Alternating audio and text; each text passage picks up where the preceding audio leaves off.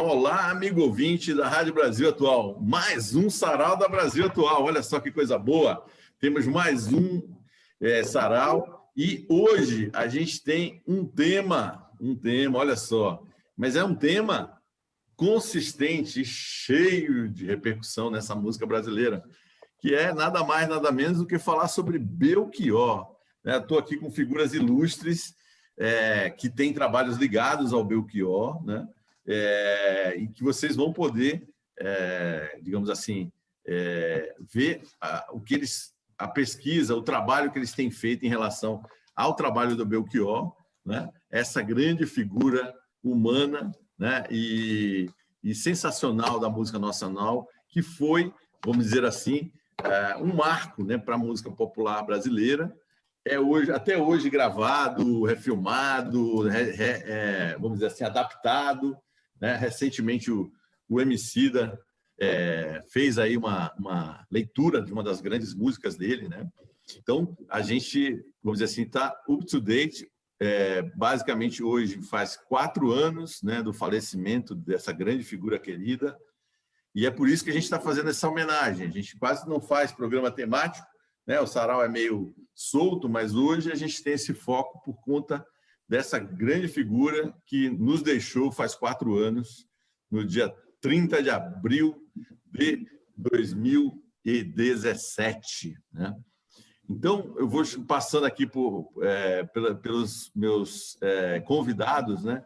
Primeiro, para falar, o Marcelo Bortolotti, que está aqui do meu lado. E aí, Marcelo, dá um oi aí, e um salve para o nosso amigo ouvinte da Rádio Brasil Atual. Boa noite, obrigado pelo convite. Sempre muito bom falar sobre Belchior, né? Sobretudo numa data tão marcante como essa, de 4 anos de falecimento dele. Estamos aqui. Isso aí. E aí, aqui embaixo, o Pedro Cadore, que tem vamos dizer assim, uma peça, né, de teatro falando sobre o Belchior, que foi o maior sucesso. Eu posso dizer que eu fui lá, fiquei quase vamos dizer assim, no gargarejo, como o pessoal fala, para ver, achei maravilhoso. Então, Pedro, dá um salve aí para o nosso amigo ouvinte. Olá, ouvintes da Rádio Brasil Atual. É um prazer falar aqui um pouquinho de Belchior, que é um assunto que gera muita animosidade entre os fãs. É uma pessoa extremamente maravilhosa, impressionante, assim, quem conheceu o Belchior ao vivo e presencialmente, como eles falam bem do Belchior. Então, para a gente que é fã, é também uma delícia pegar aí essa rebarba. Muito obrigado pelo convite, é sempre bom falar um pouquinho também do espetáculo, que se chama Belchior. Ano passado eu morri, mas esse ano eu não morro. Infelizmente, por causa da pandemia, estamos aí parados, né? Mas em breve a gente espera ter alguma apresentação online ainda esse ano, e ano que vem nos teatros, né? Muito bacana. E o nosso amigo Ozzy, com a participação aí da esposa Cristina Pinha, aí para falar um pouco sobre um espetáculo, né, que você fez uma releitura das músicas do Belchior, né, Ozzy? Exatamente, Sérgio. Boa noite, ouvintes da Rádio Brasil Atual. Boa noite, Sérgio, Marcelo, Pedro, Cris. Eu sou o Ozzy, o Osias Estafusa, o Ozzy, como alguns chamam também. E, além do meu trabalho autoral, de carreira, com algumas pausas, há 2 anos atrás, a gente fez um espetáculo lendo e relendo Belchior, né? Interpretando as músicas de Belchior e colocando, entremeando com poemas que influenciaram aí no cancioneiro dele, né? E foi uma experiência estrondosa, porque ele me influenciou muito, né, na minha formação como músico e como pessoa, né? E foi uma experiência maravilhosa. E aqui eu tenho a Cristina Pini também. Pode falar aí. Também sou cantora, compositora paulistana. Gosto muito da obra do Belchior, desde a adolescência, que eu curto o som dele, né? E foi muito bacana participar também do show. E a gente percebeu, assim, o quanto o Belchior é querido, porque levou muito público, as pessoas apaixonadas de redes sociais que seguem ele. Foi muito bacana. Apareceu gente do fã-clube do Belchior também lá. E vamos falar sobre ele e cantar também hoje, né? Bastante. E aqui do meu lado da tela aqui, acho que da lado esquerdo, né? Ou direito de quem está daqui de onde eu estou vendo, você que está vendo no público, a Cris Fuscaldo também fez aí um trabalho de pesquisa, né, sobre o Belchior, lançando o livro, né, sobre isso, né, Cris? É isso aí. Boa noite, Sérgio. Boa noite todos vocês que estão aqui, que eu acompanho, que eu já conheço um pouco aí do trabalho de cada um, especialmente o Pedro, né? Estive lá também no João Caetano, Teatro João Caetano no Rio, assistindo a peça e ao musical, né? E sou parceira, colega, né, de trabalho do Marcelo Bortolotti, né? Somos colegas de profissão, jornalistas, nos encontramos num doutorado de literatura e realizamos aí essa pesquisa que resultou no livro Viver é Melhor que Sonhar, Os Últimos Caminhos de Belchior, que por força do destino, né, porque a gente está nesse trabalho já tem 6 anos desde que a gente se conheceu, acabou saindo agora, né, junto com esse alvoroço, né, de Belchior. Quer dizer, sempre tem uma onda Belchior, mas essa mais recente, né, que você citou, o Emicida e tal, ela veio com muita força, né? Então, e eu fico feliz assim que pelo visto o Belchior né, morreu ano passado, mas nunca mais vai morrer, né? Agora, daqui para frente, cada vez mais ele vai ter essa força aí. Obrigada pelo convite, vamos começar esse papo. Esse livro lança quando mesmo, Marcelo e Cris? Quando é que sai aí? Já está sendo lançado, na verdade. A gente fez bom, por conta da pandemia e todas as novas formas de se fazer arte no Brasil, né? Ele acabou tendo um caminho diferente dos livros tradicionais, né? Em vez da editora fazer o livro, jogar nas lojas e tal, a gente a editora, né, fez um financiamento coletivo, que foi uma espécie de pré-venda, um pouco para também medir a temperatura, né? Saber, a gente sabia que ia ser um livro que ia avançar, assim, né? Não ia ficar no nicho de quem gosta de livros apenas, né? Tem o nicho de quem gosta de livro e mais quem gosta de Belchior, né? E aí a temperatura estava bem alta mesmo, então a editora conseguiu, durante o financiamento coletivo, já se organizar para fazer a distribuição. Então, agora a gente está, na verdade, fazendo algumas entrevistas, né, falando sobre o livro, mas ele chegou nas lojas essa semana passada, né, mais ou menos, entre semana retrasada e passada, tanto nas digitais quanto físicas. Então, o lançamento está acontecendo, a gente só não vai ter o lançamento tradicional, né, porque com pandemia não vamos fazer noite de autógrafos, nada disso, por enquanto, pelo menos. Mas não sei se vocês viram, né, que lá em Barcelona eles começaram a fazer um show, né, até uma experiência por conta da Olimpíada também, né, parece que é o mesmo pessoal que faz a produção, e fizeram teste nas pessoas antes do show, né, e todo mundo de máscara, mesmo sem o isolamento de 2 metros, né, e depois de alguns dias fizeram novamente os testes e ninguém pegou Covid. Então, é um bom sinal, né, para nós que trabalhamos com música, que trabalhamos com eventos, né, em geral. A gente precisava de incentivo, né, do poder público até para ter dinheiro, financiamento para fazer esse tipo de coisa, né, porque também é caro fazer esse tipo de coisa, mas enfim, a gente está num desgoverno aí, né, que não consegue decidir se vacina, se não vacina, faz o quê, né? Eu estou aguardando aqui minha vacina, mas eu sou uma das últimas, né, da fila.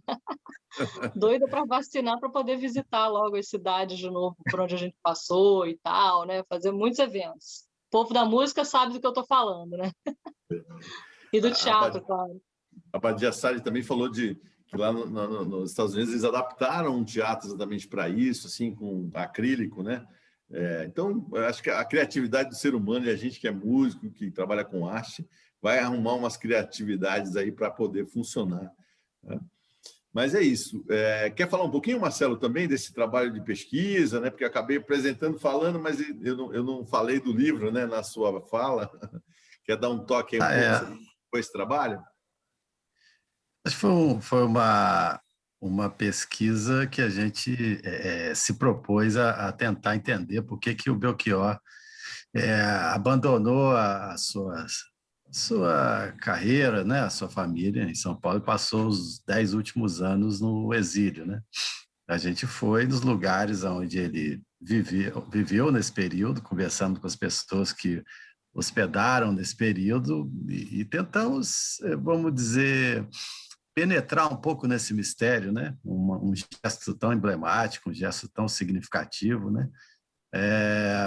E a proposta do livro é um pouco discutir esse gesto e contar como que ele viveu nesses últimos 10 anos, né? Vamos dizer, um período que eu acho que muitas pessoas se perguntavam, né? Tinha curiosidade a respeito de que maneira ele viveu, o que ele fez, o que estava fazendo, né? A gente propõe um pouco a falar sobre isso, assim. Acho que tem algumas reflexões assim mais de cunho poético, reflexões também mais filosóficas, talvez espiritualísticas um pouco, mas é um livro que a gente chama de road book, é um livro factual, que a gente conta um pouco o que a gente experimentou nesse trajeto aí de buscar o paradeiro do Belchior, né? Foi uma experiência interessante. Eu fiquei curioso, ainda não consegui ler o livro de vocês, né? Não deu tempo assim de ler. Estou bem curioso de ler, né? Eu li uma biografia que não foi autorizada dele um tempo antes, né? Eu gosto muito do trabalho dele e eu lembro também de uma entrevista que ele deu no Fantástico, né? Porque ficou aquela, cadê o Belchior? Cadê o Belchior? Ninguém sabia onde ele estava. E ele deu uma entrevista, né? Lá no Uruguai, né? Para a Rede Globo, né? No programa Fantástico, falando que ele estava por lá e estava fazendo uma tradução, né? Da Divina Comédia Humana, né? Do Dante Alighieri, que no Brasil já tem 14, né? Traduções, né? E me pareceu um pouco interessante essa questão, né? Porque ele tem uma música chamada Divina Comédia Humana, né? Que é sensacional, né? Das que eu mais gosto dele é essa música. Vocês acharam algum rastro do porquê disso, já que estamos falando dele? Você pergunta o porquê da tradução ou o porquê da... Ou se... por que ele foi parar no Uruguai, por exemplo? Você quer falar? Não, bom, eu queria só falar que ele já vinha fazendo essa tradução da Divina Comédia alguns anos antes, né? Ele não saiu para isso, nem começou a fazer isso lá. Já era uma coisa que ele vinha se interessando há muito tempo, né? A carreira dele, ele começou a se desinteressar um pouco da carreira do jeito que a carreira estava, né? E aí ele se envolveu pintava, né? Então começou a se envolver com artes plásticas mesmo, com exposições, e vinha com essa fixação na Divina Comédia. Ele queria traduzir, estava traduzindo do italiano arcaico, né? Para o português, para a linguagem popular, para o português numa linguagem popular, né? E aí acho que o Marcelo pode continuar um pouquinho falando do Uruguai. Sim, bom, ele... Essa tradução da Divina Comédia mostra que ele não era um músico qualquer, né? Ele era um intelectual, ele era vamos chamar assim, de um erudito, um homem que falava várias línguas, né? Pelo menos o italiano ele sabia falar, se estava traduzindo Dante Alighieri, né? E se projetava também para esse lado da pintura, tentava ampliar, vamos dizer, seu nicho de atuação, né? E em determinado momento a gente acompanhando a trajetória dele, eu acho que percebe que ele não estava satisfeito no lugar onde ele estava, em São Paulo, e ele parte por vamos chamar de um período sabático. E aproveitando seus contatos no Uruguai, ele resolveu ir para lá, né? Deixou uma situação um pouco desarranjada no Brasil, mas de qualquer maneira estava produzindo, estava escrevendo, estava num período de descanso quando ele foi apontado pela imprensa como um fugitivo. E aí essa matéria que você cita, né, no Fantástico, essa entrevista, foi, vamos dizer, a primeira manifestação da imprensa em colocá-lo nesse papel de fugitivo, né? E ele foi encontrado lá, foi de alguma forma teve que dar essa entrevista e disse que estava ali, né? Mas a partir desse fato, eu acho que ele se tornou, de fato, um fugitivo, né? Foi apontado, sobretudo, a mídia ajudou muito nesse processo, de colocá-lo nesse lugar de fugitivo. Então, a sua pergunta é sobre o Uruguai, por que ele estava lá? Ele estava, a princípio, num período isso, de descanso, de ócio criativo, né? Ele deixou desarranjada uma situação em São Paulo e, a partir dessa sequência de acontecimentos, ele foi se embranhando num exílio e nunca mais voltou. Vamos tocar aí um pouquinho, cantar? Afinal, é sarau, né? Vamos uma musiquinha também para deixar vocês com os dias agora, depois eu volto. Obrigado, Cristina. Daqui a pouco nós estamos te esperando. Beleza. Então, eu queria começar, vocês falaram até dessa tradução aí, é uma referência muito forte para ele, né? Para o Belchior. Eu ainda não tive a oportunidade de adquirir esse novo livro aí, Viver Melhor que Sonhar, mas eu li o que o J.B. Medeiros escreveu, a biografia lá, Apenas um Rapaz Latino-Americano. E uma das coisas que ele fala é que na época que ele foi capuchinho, lá com 17 anos, tal, que ele tinha uma interlocução muito grande com o superior, com o frei superior lá, ele comentava que uma das ideias era traduzir a Divina Comédia. Então, é uma coisa que já vinha lá de trás. No começo da juventude dele, ele já tinha essa ideia de traduzir a Divina Comédia. E no show que a gente fez, eu justamente começo a primeira música, essa música emblemática, Sujeito de Sorte, falando um pedaço do primeiro canto, acho que a tradução dos Irmãos Campos, com Sujeito de Sorte. Então, vamos lá.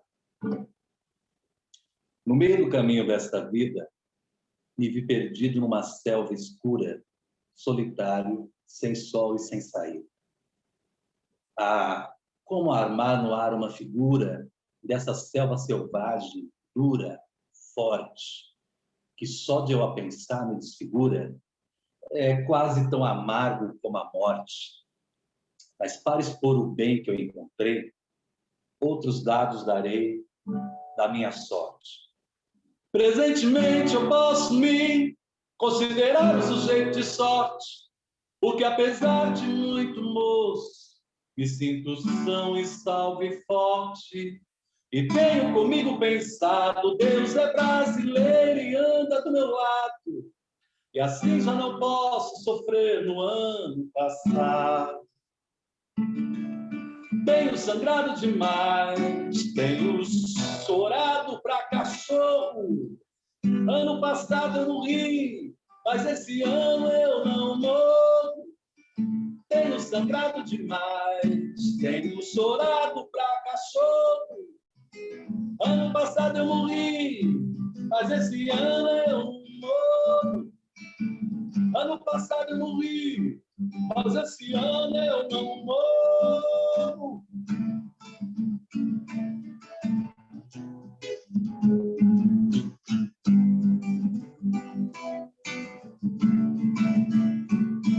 Presentemente eu posso me considerar sujeito de sorte, porque apesar de muito moço, me sinto são, salvo e forte. E tenho comigo pensado, Deus é brasileiro e anda do meu lado. E assim já não posso sofrer no ano passado. Tenho sangrado demais, tenho chorado pra cachorro. Ano passado eu morri, mas esse ano eu não morro. Tenho sangrado demais, tenho chorado pra cachorro. Ano passado eu morri, mas esse ano eu não morro. Ano passado eu morri, mas esse ano eu não morro. Ano passado eu morri, mas esse ano eu não morro.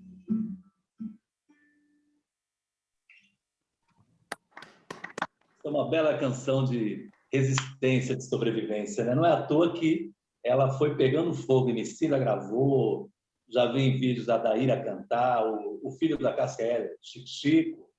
Tem um bloco aqui em São Paulo, aqui na Zona Oeste, que é o ano passado eu não vi, mas esse ano eu não morro. Ou seja, a coisa pegou fogo, que é um grito de guerra, é muito emblemático. E é o nome da peça do Pedro, né? Exatamente. Exatamente. A peça, inclusive, surge desse grito, na verdade. Em 2018, exatamente pós-eleições, cheio de desesperança, a cultura já vinha sendo atacada cada vez mais desde o governo Temer. A gente já estava cheio de desesperança. Quem é da arte ali, já em outubro, já estava assim, esse ano já morri. Então, quando eu comecei a ver essa frase, já estava ali na minha cabeça, e eu pensando, eu preciso usar isso, eu preciso isso. Aí eu lembro que, na época, eu queria fazer, na verdade, uma outra peça, uma peça que falava sobre o Brasil, e aí o produtor da peça, o João Luiz Azevedo, ele me procurou e falou, vamos fazer alguma coisa, um musical? Na época, ele já estava produzindo o espetáculo do Gonzaguinha, e aí eu falei, olha, então eu acho que eu gostaria de fazer o musical do Belchior. Tenho pensado muito nessa frase, ia encaixar ela numa outra peça, mas posso fazer aí um remix das duas, de tentar falar sobre o Brasil a partir dessa frase. E muito, na época, eu pensava muito na questão do isolamento também. A partir disso, acabei chamando a minha mãe, Cláudia Gonçalves Pinto, para escrever o texto comigo, porque ela eu tenho 30 anos apenas, então não vivi uma fase grande de Belchior, assim. Então, chamei ela justamente para me acompanhar nisso, porque ela foi uma fã assídua, foi a diversos shows, inclusive no João Caetano, onde a gente estreou, e começamos a fazer uma pesquisa com os vídeos do Belchior, e a partir disso a gente começou a ver que a história que eu queria fazer do isolamento de um rapaz, que não era o Belchior, no caso, não tinha nada a ver, e que a gente queria, na verdade, fazer frases do Belchior, o que o Belchior falava, e que em 2019 o que seria preciso a gente ouvir a filosofia do Belchior, mais do que o que eu queria escrever, o que eu estava a fim de falar sobre uma viagem minha, saca? Então, a partir disso, a gente decide fazer uma organização de textos com os vídeos do Belchior, para contar um pouco da infância, né, da onde ele surgiu e até onde ele foi chegar, no contexto político ali da ditadura, né? O Belchior foi talvez o maior compositor dessa época, como nossos pais, que até hoje, se você for ver no Spotify, é a música brasileira mais tocada. Nossa. Então, a gente vê como é importante e icônico o Belchior, né?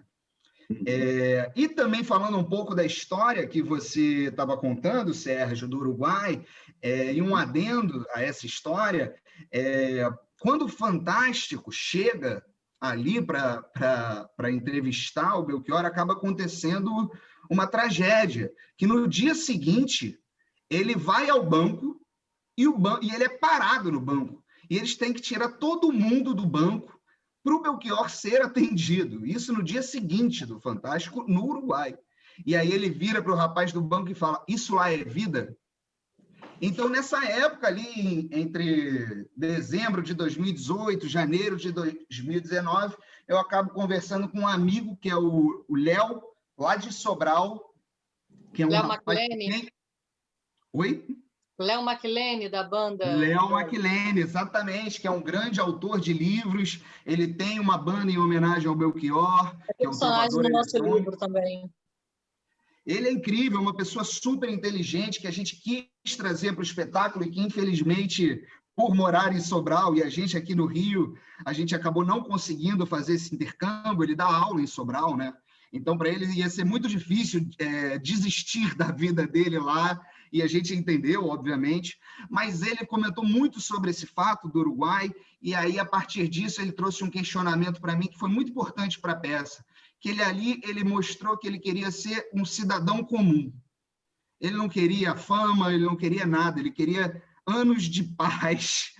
E aí, a partir disso, a gente decide fazer a peça que conta a vida dele, mas a partir do que ele falou, das coisas que ele falou, e para isso a gente usa 2 planos. O plano do Belchior cantando e fazendo um show e refletindo sobre a vida, e o plano do cidadão comum, querendo viver, e é uma alusão ao próprio Belchior, mas sendo um cidadão comum, o cidadão comum, e não o Belchior.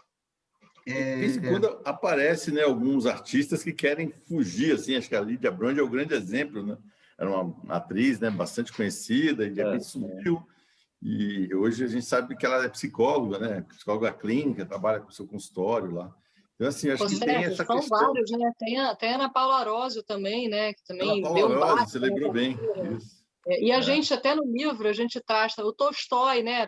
Para ir, na verdade, né, para outro tempo, outro lugar. O Tolstói fez isso com mais de 80 anos. Tem um livro também sobre a fuga de Tolstói, que ele, com 80 e poucos anos, decide fugir, largar tudo. Então, não é uma coisa tão anormal, né? O problema é que foi a maneira... muita gente faz e a gente nem percebe. E fora os não famosos, né? Que abrem mão da vida toda e que a gente não fica sabendo. Aí, só fazendo uma correção da gente mesmo, né? Que essa matéria do Fantástico, ela já foi a segunda, na verdade, essa que a gente falou que ele deu a entrevista. A primeira falava das dívidas do carro no aeroporto, que ele largou, da pensão que ele não pagava. A primeira só acusou ele e estamos procurando, né? Sumiu. E a segunda foi: encontramos, olha ele aqui, e ele vai dar entrevista para a gente, né? Tipo, ele vai falar por que ele sumiu. E ele falou: não sumi, eu estou aqui. Né? E estou aqui, estou trabalhando, estou produzindo e tal, né? Então foi realmente, como o Pedro falou, foi a tragédia da vida dele, foi essa, né? E como o Marcelo falou, ele passa realmente a ser um fugitivo, e não só, né, da justiça, né? Ali ele ainda não era da justiça, ainda não tinha tido as contas bloqueadas, mas ele passa a ser um fugitivo da imprensa, né? Porque ele não quer mais ver a imprensa nem pintada de ouro, já não estava querendo, porque, como o Pedro falou, estava buscando um pouco essa calma, tranquilidade, essa mudança de perspectiva, né? A gente não tem a resposta nem a certeza de que ele queria para sempre ser uma pessoa normal e nunca mais viver da fama, porque também, na medida em que ele não tira o bigode, não tira a imagem de Belchior, ele também não deixa de ser o Belchior, né? Ele continua sendo famoso para aquelas pessoas, e ele se usou muito essa fama, esse bigode, essa imagem, para ter as casas, para ter os auxílios que ele foi tendo. Mas ele, de fato, queria mudar alguma coisa na vida dele, né? Amar e mudar as coisas me interessa mais, e não conseguiu concretizar o que né, deve ter planejado, ou estava ali tentando planejar. Talvez ele estivesse ali realmente tentando planejar, é um pouco o que a gente imagina, mas na medida em que ele é exposto dessa maneira, e no nosso livro a gente traz uma reflexão bem... Eu vou falar que é profunda porque nós dois somos jornalistas, né? Então, a gente traz uma reflexão profunda sobre o papel da imprensa também no tratamento, né? Porque essa mesma imprensa não estava dando espaço para a música dele já há muito tempo, né? Fazia tempo que Belchior não estava na televisão, em programas de televisão, na mídia. Ele até, por acaso, esteve no Jô Soares ali em 2008, já quando circulava um Cadê Belchior, Cadê Belchior? Ele ainda estava ali, mas ele não tinha músicas em novela, em trilha de novela, né, com essa abundância que outros da geração dele têm, como Zé Ramalho, né? Enfim, então como o Pedro falou, é a tragédia ali que vira, né, a história dele, e a gente, enfim, acaba lamentando que não tenha visto o que talvez viesse a ser o outro Belchior, né? Belchior no novo normal dele, né? Porque ele já estava isolado, a gente está agora, mas ele ali estava, né, fazendo o que a gente está fazendo agora por vontade própria, né? Autoexílio, né? E Cris, eu pelo menos eu fico muito com isso na cabeça. Inclusive, uma grande diretora de teatro minha, Guida Viana, ela, ao ver o espetáculo, ela falou: gente, será que se hoje o Belchior estivesse vivo, será que ele não ia aparecer? Será que ele não ia falar? E eu fico assim, para mim é quase um claro, porque ele sempre teve uma posição muito marcante política. Ele quis a calma dele, que super merecida, ele começou a se envolver também com a Edna, e que é muito triste, porque as pessoas sempre apontam ela como uma louca. Eu acho que é só um caso de misoginia mesmo. Assim. Total, Então, e a gente traz uma defesa da Edna no livro também. Não só defesa, claro que o livro bota todas as questões, né? Mas ela era tipo a Yoko Ono, né? Sendo que a gente sabe que não foi a Yoko Ono que acabou com os Beatles, né? e o Belchior já tinha 60 anos. Se ele quiser sair com uma mulher e viajar, ele tem todo o direito, a culpa não é dela. Eu acho que as pessoas acabaram jogando muito a culpa para ela, porque também queriam muito o Belchior, né? Então, assim, e elas, enfim, até hoje as pessoas não sabem muito se informar onde está ela, né? Enfim, tem histórias e histórias, eu acho que eu nem quero comentar aqui. Melhor Mas, não, assim, porque a gente não sabe qual que é a real. triste o que aconteceu. Mas é triste, parece que é triste o que aconteceu com ela, assim, depois de tanta crucificação, né? E devoção, né? Porque ela era uma apaixonada, devota, ela era essa pessoa que cuidava dele também, e que falava não para o artista que, como eu falei, que estava usando a imagem para ter os benefícios, então não podia ser grosso falar não, né? E essa questão da Edna é uma questão bem legal, né, que vocês estão trazendo, né? Porque, como vocês falaram, ela foi um pouco injustiçada depois do falecimento dele, né? Conta um pouquinho mais aí. Na verdade, acho que ela acabou sendo injustiçada até durante os 10 anos que estava com ele, né? E a gente traz isso no livro. É claro que ela tem as suas questões, é uma pessoa também com suas complexidades, e quem não é, né? O próprio Belchior é um ser humano com muitas complexidades. Essa foi a maior descoberta nossa, né? Nessa pesquisa, mas a Edna foi tratada muitas vezes como culpada, como uma pessoa responsável, ela que não deixava ele cantar. Ele cantava, né, como o Pedro falou, era um homem de 60 quando sumiu, né, 70 quando morreu, né? Então ele cantaria se ele quisesse, né, mas tinha um alinhamento entre eles, e ela fazia esse papel de leão de chácara, né, esse papel que muitas mulheres, esposas, e quem não tem esposa, às vezes tem empresário, produtor, esses grandes artistas, né? Que alguém tem que fazer, porque o artista tem que ser simpático, tem que ser legal, né? E aí tem que ter aquela pessoa que diz não para ele. E aí as pessoas não aceitavam. Mas o bonito dessa história, né? A parte bonita é que ela não se preocupou com a imagem dela, ela não estava nem aí se ela era xingada, ela brigava mesmo para defender ele. E aí foi assim até o fim da vida. E, curiosamente, né, apesar de toda a dor que ele deixou, né, na família, né, nos filhos, que ele não procurou nesse período, e essa parte realmente... Isso eu não perdoo o Belchior por isso. Essa parte, para mim, é muito triste, essa tristeza que ele deixou, né?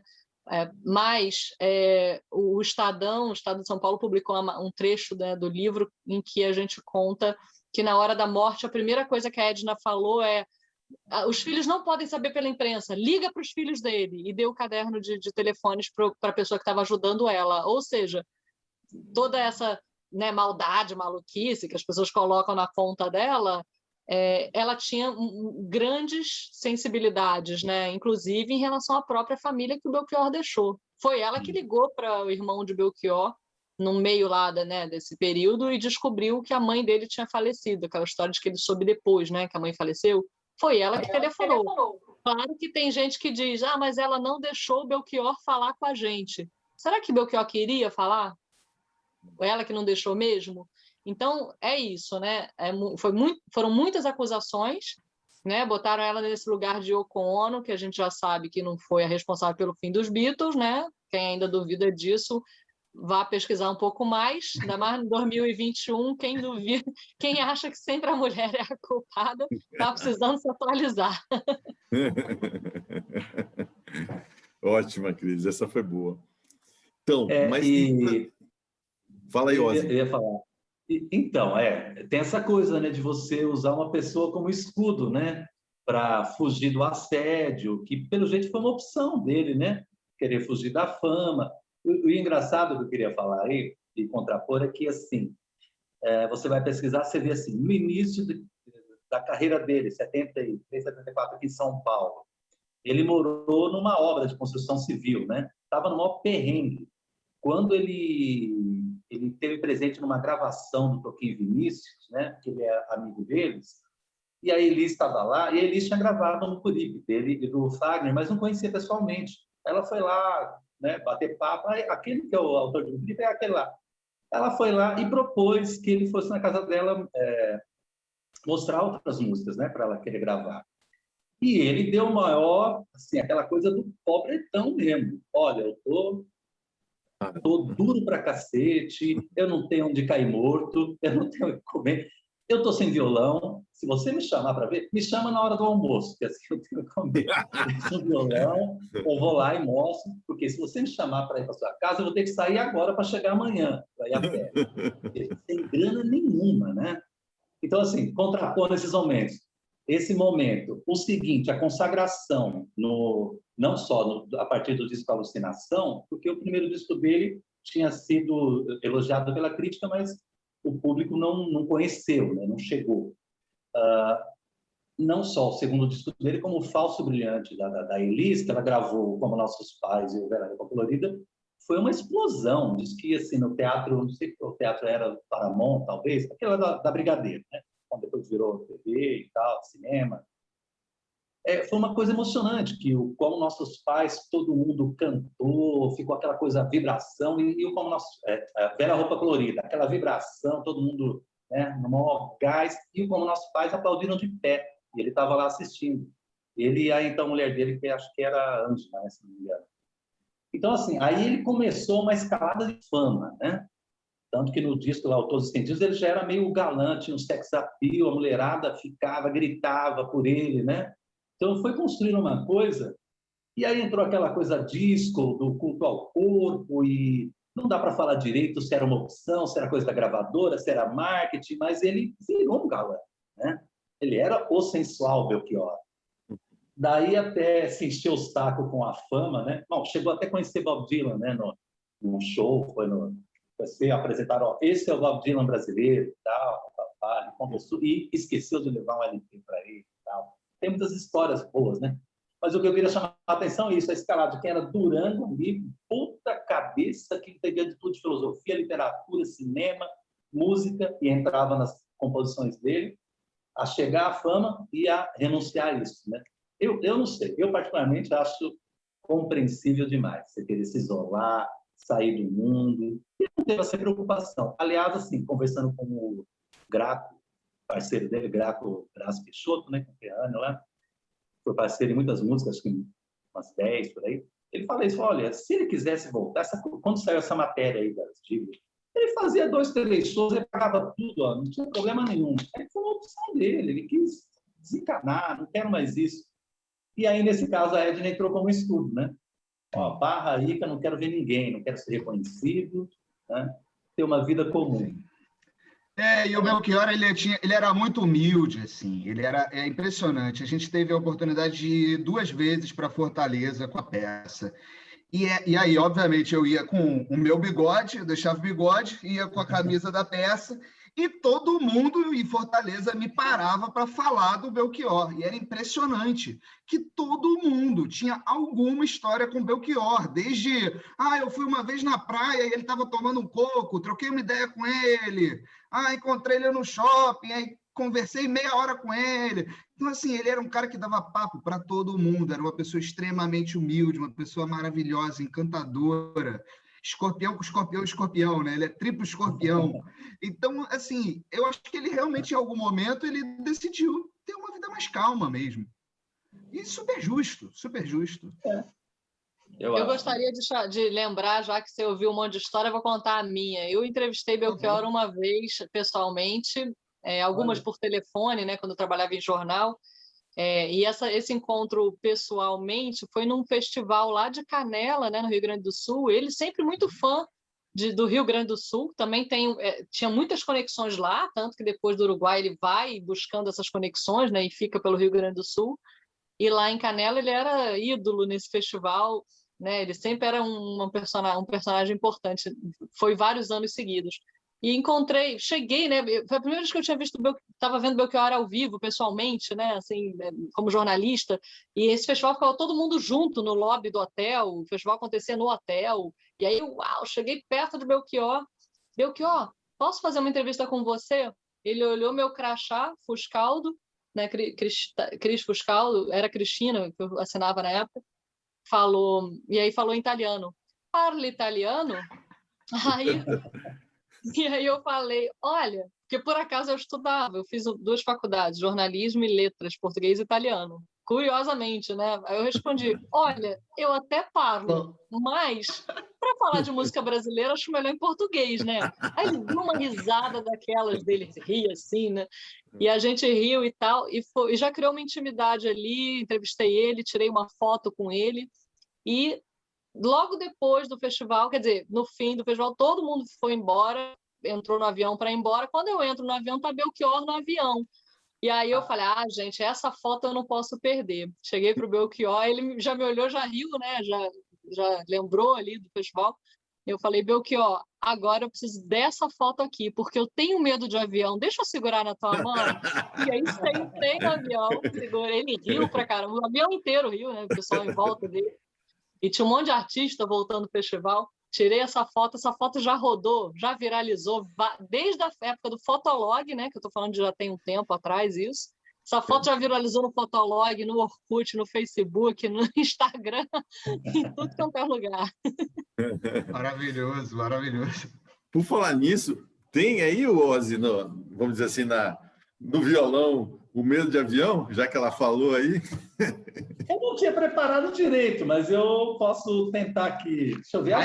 Lembre que isso aqui é um sarau. Tá, sarau é um espaço para isso. Sarau, de improviso. Pode fazer também, Pedro?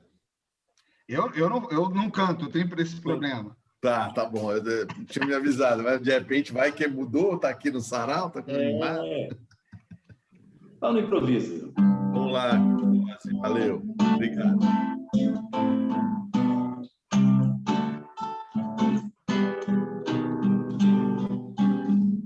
Foi por medo de avião que eu segurei pela primeira vez a tua mão.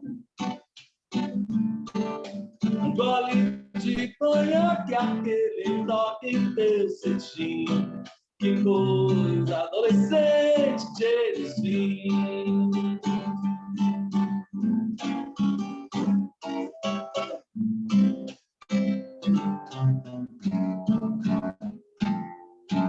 Foi por medo de avião que eu segurei pela primeira vez a tua mão. Não fico mais nervoso, você já não grita.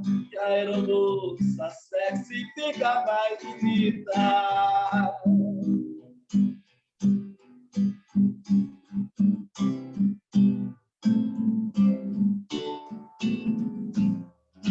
Foi por medo de avião que eu segurei pela primeira vez a tua mão. Agora ficou fácil, todo mundo compreende aquele toque fito. I wanna hold your hand. Agora ficou fácil, todo mundo compreende aquele toque fito. I wanna hold your hand. Aquele toque fito. I wanna hold your hand. Yeah, yeah, yeah. Yeah, yeah, yeah. Yeah, yeah, yeah, yeah. Grande Ozzy. Essa música é linda e brilhante. E eu queria fazer um adendo que o Ozzy comentou da questão que o Belchior foi mudando e ele acabou virando um galã, né?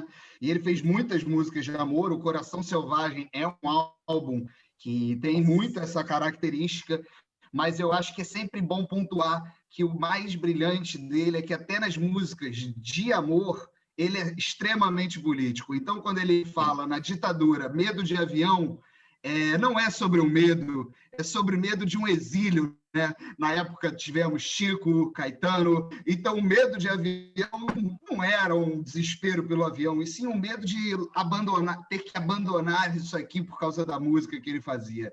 Então é brilhante como ele, numa música tão simples, coloca essas coisas. Muito brilhante, muito brilhante. Não era a piada tosca que eu fiz, né? Não, vale tudo, vale tudo. Mas você vê, né, como a coisa, né, da poesia, ela é boa exatamente porque ela tem vários significantes, como esse que o Pedro está falando, né? Mas assim, eu não sei se vocês sabem, mas eu sou psiquiatra, né? Então eu ouço história há 30 anos. E eu já ouvi umas 3 ou 4 cantadas de pessoas que, né, pegaram moças exatamente nessa música, né? Com essa ideia do avião, tenho medo de avião, aí pega na mão e começa a paquera, entendeu? De anos que eu ouço história, eu já ouvi umas 3 ou 4 dessa, né? Belchior, ele rende, né, muitos romances. Belchior rende muitos romances por aí. Exatamente, na vida. Né? Ele é trilha sonora de vários romances. Não, e quem gosta muito, né? Então, as pessoas, eu já ouvi muitos casos de pessoas que ficaram juntas por causa do Belchior, por gostar muito dele. É impressionante. É disso que eu estou falando. A Edna já era fã dele desde os anos 80. Sim. Ela foi uma fã que perseguiu a paixão. Deve ter perseguido mesmo. Muito legal. Só uma colocação aqui, acrescentando ao Pedro, que eu não sabia dessa história do medo de avião, achei muito interessante isso. Muito. E você vê que muitas das letras dele, né, nos anos 60, anos 70, tem um diálogo são muito profundas, né? Tem um diálogo com a literatura, com a música, e assim, era um dos grandes compositores, né, grandes letristas da música popular brasileira, assim, um artista muito profundo nesse aspecto, né? Sim. E aí, quando a gente vai refletir sobre o gesto dele no final da vida, também a gente tem que pensar vamos dizer, nessa dimensão, né, que é uma figura profunda, e o gesto é muito emblemático no que ele diz sobre abandono de uma posição, né? Que hoje, embora aqui todo mundo tenha dito que é compreensível, mas o que se vende, a ideia de felicidade que se vende na sociedade moderna é a ideia do acúmulo, daquele que faz sucesso, é aquele que tem dinheiro, né? Quer dizer, são valores que hoje são valores prioritários, que se confundem com a felicidade, né? E aí, quando um homem que aparentemente tem isso, chegou nesse lugar, resolve abandonar esse lugar, ele está dizendo também que esse não é o lugar que vai trazer a felicidade plena para o indivíduo, né? Exatamente. Sem dúvida, tem uma lição, né, nesse gesto. Eu acho que é um gesto importante para a música brasileira e, de uma maneira geral, para a cultura, né, cultura burguesa contemporânea. E complementando isso que o Marcelo falou, né, da profundidade, né, e das referências, né, do Belchior, ele ia de João Cabral de Melo Neto a Beatles, né, passando por Edgar Allan Poe, Olavo Bilac, Drummond, né, Carlos Drummond de Andrade, com que ele trabalha, inclusive, né. Então, muita gente tratou a obra dele, principalmente nos anos 80, né, como aquela coisa pop, pasteurizada, né, que os anos 80 acabou permitindo muito, promovendo isso muito na música brasileira, né, aqueles arranjos que ficaram famosos, que são geniais, né, mas acabaram misturando muito quem era quem, né, juntando todo mundo no mesmo pacote de músicas, né. E ele, mesmo com esses arranjos, com essa coisa que popularizou mais por um lado, né, isso às vezes faz o cara perder a densidade para quem critica a resenha, ele não perdeu a densidade, acho que a densidade mesmo a palavra, né, que a música dele continuou tendo até os últimos trabalhos, né, até o Baiuno, que é um disco com pouquíssima expressão, mas é um disco maravilhoso, um disco de inéditos. Ele ficou 17 anos sem gravar, em 93 lança esse Baiuno, sem gravar inéditas, né? E em 93 lança esse Baiuno, que também é um disco bastante denso, assim, também sempre seguindo essa linha aí do que o Marcelo falou. Nesse CD mesmo ele tem uma música que a gente faz em forma de poesia na peça, que é o 1992, que fala sobre aí, não sei, hoje em dia a gente não já sabe que não é descobrimento do Brasil, né? Mas toda essa colonização horrorosa, esse genocídio que aconteceu, e ele ali no Baiuno já tratava sobre isso, assim. E hoje a gente está ouvindo falar sobre isso porque temos grandes lideranças indígenas, como o Ailton Krenak, inclusive fazendo um adendo ao que o Marcelo falou, e que é uma frase que o Ailton fala muito, que hoje a gente precisa estar radicalmente vivo. E ele complementa muito com isso, que estar radicalmente vivo não quer dizer sobre fazer sucesso, fazer 1 milhão de coisas. Às vezes, só estar na sua já é estar radicalmente vivo. Isso aí. Nosso programa é um pouco isso. Nosso amigo ouvinte que ouve toda semana, ele sabe disso. Nós somos aqui uma tentativa de resistência pela cultura brasileira, para essa música nacional maravilhosa. Outro dia me perguntaram, você não ouve música em inglês? Eu falei, cara, não tenho tempo. Tanta música nacional boa, tanta coisa que chega para mim, que não dá tempo de ouvir música em inglês. É óbvio que a gente ouve. E a nossa cultura é rica. De vez em quando.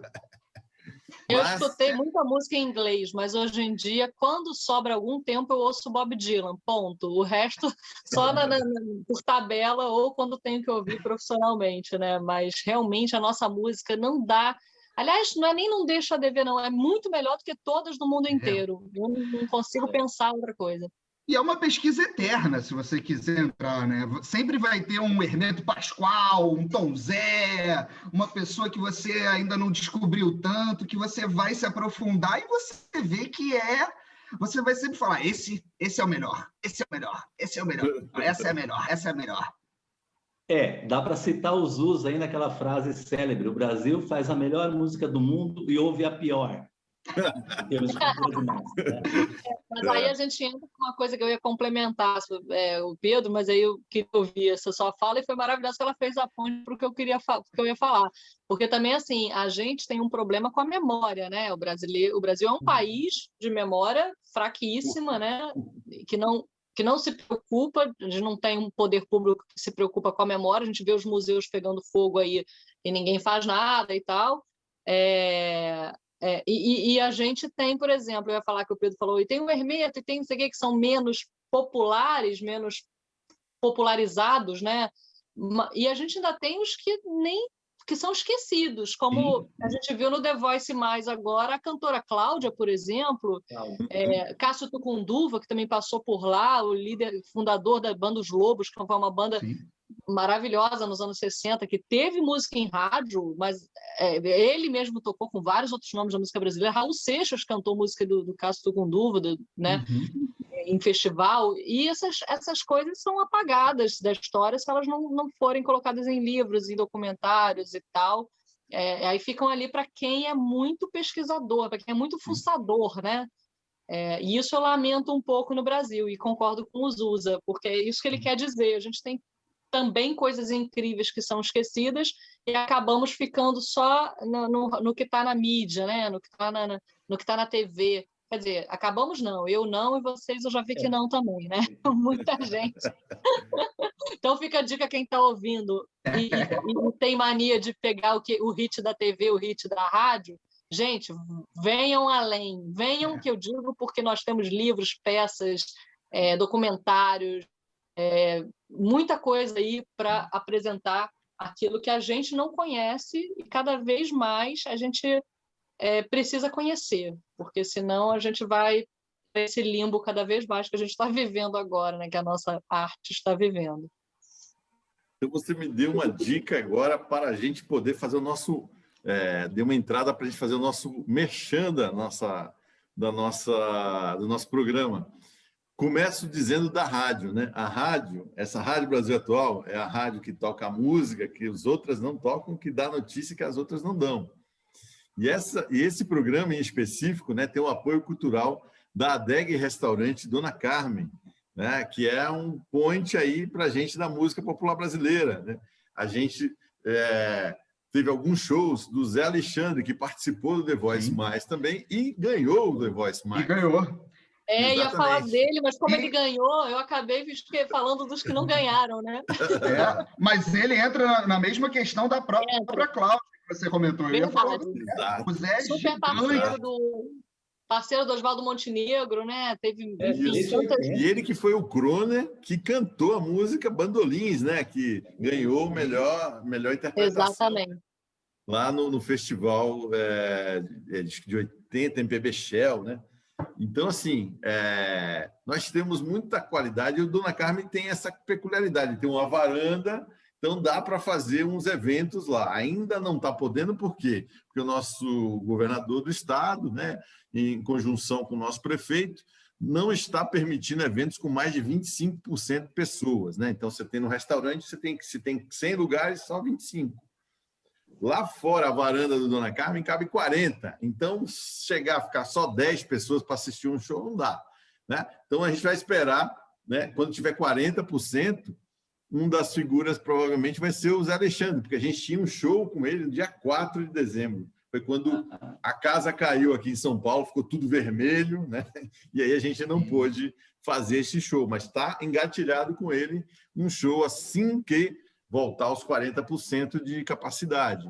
Então, o Dona Carmen funciona na rua Doutor Bacelar, 649, né? E se você quiser pedir uma comidinha lá, é só entrar em contato lá com o pessoal do Dona Carmen no telefone, né? Deixa eu ver aqui, não sei de cabeça ainda, 4564-3620, 011, né? 4564-3620, e no WhatsApp 011-99630-2303.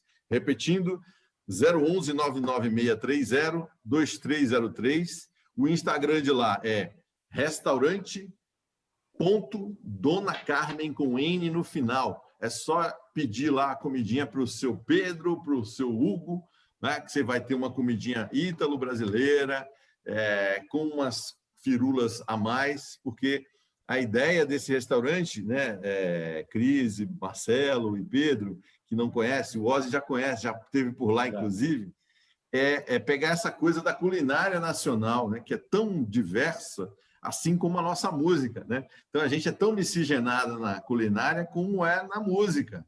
Então, esse é o mote do Dona Carmen. Então, você vai conseguir, né, saborear um prato sempre muito diferente, como, por exemplo, uma muqueca de bacalhau. Muqueca é uma coisa que entender feita pelos afro-brasileiros, né?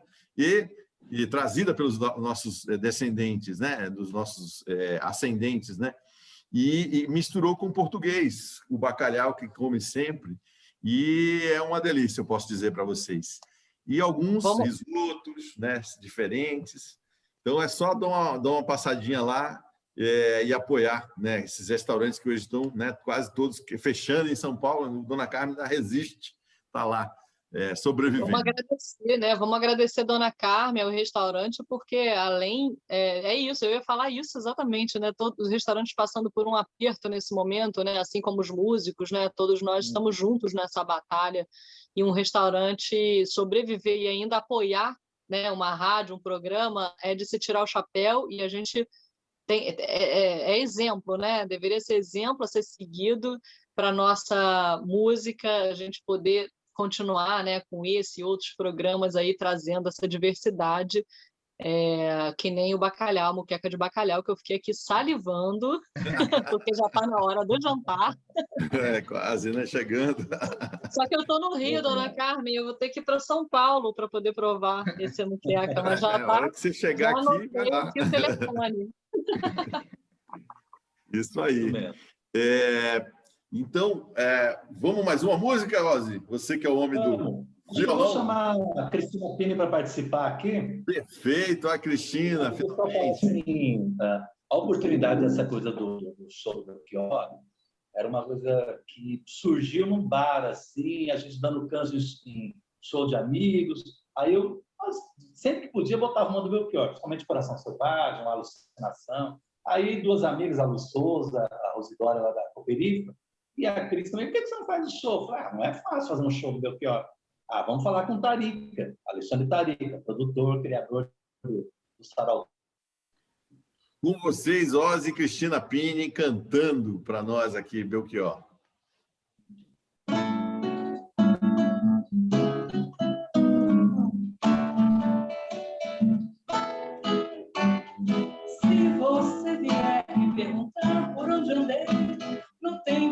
você sonhava, de olhos abertos me direi, amigo, eu me desesperava.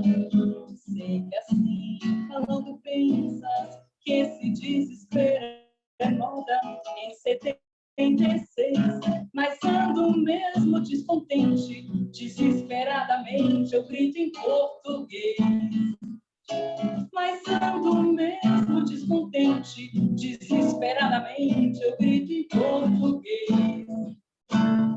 Tenho 25 anos de sonho e de sonhos e de América do Sul. Por força desse destino, um tango argentino me vai bem melhor que um blues.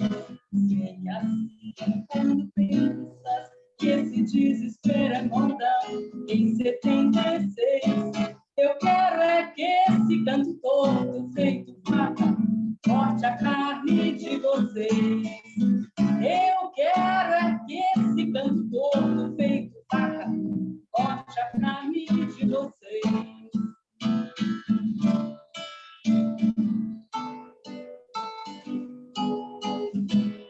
Tenho 25 anos de sonho e de sangue e de América do Sul. Por conta desse destino, um tango argentino me cai bem melhor que o blues. Sei assim, quando pensas que esse desespero é moda em 76, eu quero é que esse canto todo feito faca corte a carne de vocês. Eu quero que esse canto todo feito faca corte a carne de vocês.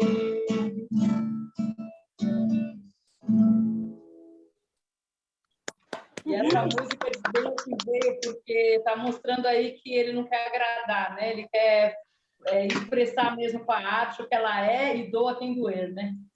Muito bom. Maravilhoso, eu amo essa música. Essa música é linda demais, é impressionante demais, e ela tem algumas coisas muito interessantes. Primeiro, essa coisa da latino-americanidade que ele traz, principalmente na época, né, ainda mais quando ele fala, né, que para ele é muito melhor do que um blues, é muito melhor um tango argentino do que um blues, né? E a gente tem sempre a gente aqui no Brasil tem muito essa cultura de olhar para o norte-americano ou europeu, e a gente pouco olha para a gente, né, para uma cultura tão vasta quanto é a da América do Sul. E ele era um dos poucos que falava isso. Provavelmente a gente pode só citar ele e o Milton Nascimento, né, com Paul Lennon para McCartney. E essa música também, para a minha geração, aí, que tem uns 30 anos, foi também talvez uma das primeiras que a gente ouviu ali do Belchior, porque o Los Hermanos regravou, né? Então a gente juntamente eles fizeram um show eles faziam um show com o Belchior. E aí convidavam ele para cantar essa música. Então tem versões aí na internet para todo mundo que quiser ver deles cantando com o Belchior. E então é uma música que surge para uma geração aí também muito muito importante, muito emblemática. Eu queria falar isso, eu queria emendar, pegar esse gancho sobre o Los Hermanos, porque eu fiquei pensando aqui, outra música eu fiquei com o olho arregalado assistindo, e essa eu cantei. Quem está vendo o vídeo vai achar que eu sou Los Hermanetes, mas não é não, eu já era apaixonada antes por essa música, mas não era isso que eu ia falar não, isso foi só uma brincadeira para dizer que eu entrevistei Belchior nessa época, né, junto com Los Hermanos, desse show. Foi a única vez que eu vi Belchior no palco. Eu era fã de discos dele, mas eu nunca tive a oportunidade de ver um show do Belchior, e eu vi o Belchior com eu fui ver Los Hermanos para ver Belchior, na verdade, nesse show. E nessa nossa busca, né, minha e do Marcelo, e Marcelo se despediu, mandou um beijo aqui para vocês, ele não pôde ficar até o final do nosso sarau, mas a gente encontrou, né, as coisas que ficaram lá no Uruguai em mais uma das matérias do Fantástico, né? Depois, na verdade, antes da matéria do Fantástico mostrou esse episódio que ele teve as contas bloqueadas e acabou não pagando o hotel lá no segundo ponto do Uruguai onde ele morou, e ele e a Edna não conseguiram resgatar as coisas deles, né? Ficaram lá. E aí teve mais uma matéria daquelas, né? Ele fugiu da polícia, criminoso, teve perseguição policial e tal, enquanto ele estava lá passando um aperto danado para tentar resolver essa situação. E nesses papéis, né, roupas que a gente encontrou muitas anotações, tanto, né, da Edna e do Belchior. E numa delas tinha para a gente ver, eu queria falar isso para mostrar como o Belchior tinha uma preocupação com a memória da carreira dele, com a história dele, porque tinha várias anotações de coisas que ele fez na vida dele, de matérias que saíram sobre ele, de shows que ele fez, de shows que ele poderia fazer, gravações que poderiam acontecer, que tem coisas que não batem com a realidade, então a gente vê que são planejamentos, né, ou pensamentos, possibilidades, e aí tinha um papel com downloads e downloads na época, né, e outro de streaming, com algumas músicas que ele e a Edna, né, estavam acompanhando o andamento ali dos downloads e dos streamings da música dele. E aí tinha, por exemplo, a Palo Seco com Belchior, a Palo Seco com Los Hermanos, como Nossos Pais com Belchior, como Nossos Pais com Elis Regina, e outras músicas, né? E olha que curioso, né? Los Hermanos, a música deles, o número era bem mais alto do que a versão do Belchior, para a gente ver, né, que Belchior era esse grande artista, mas tinha algumas barreiras aí, né, para avançar.